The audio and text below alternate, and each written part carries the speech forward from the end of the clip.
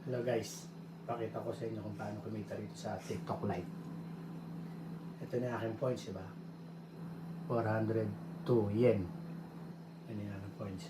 Sa Japan lang to, kailangan mayroon ka pating PayPay. Ayan, 40,000 points ko is equals to 402 yen. Ang gagawin nyo lang, manonood lang dito ng mga ads. Yan yung dulo, yun, no? Malalagyan ng, pag nanood ka, madadagdagan ng points yan. Magpa-plus yan.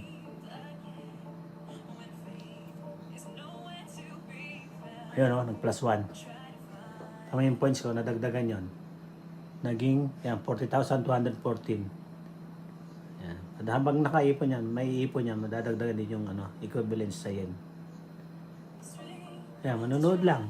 Pag nataw siya, ano mo lang. Yan, yung mga ads. Yan, no?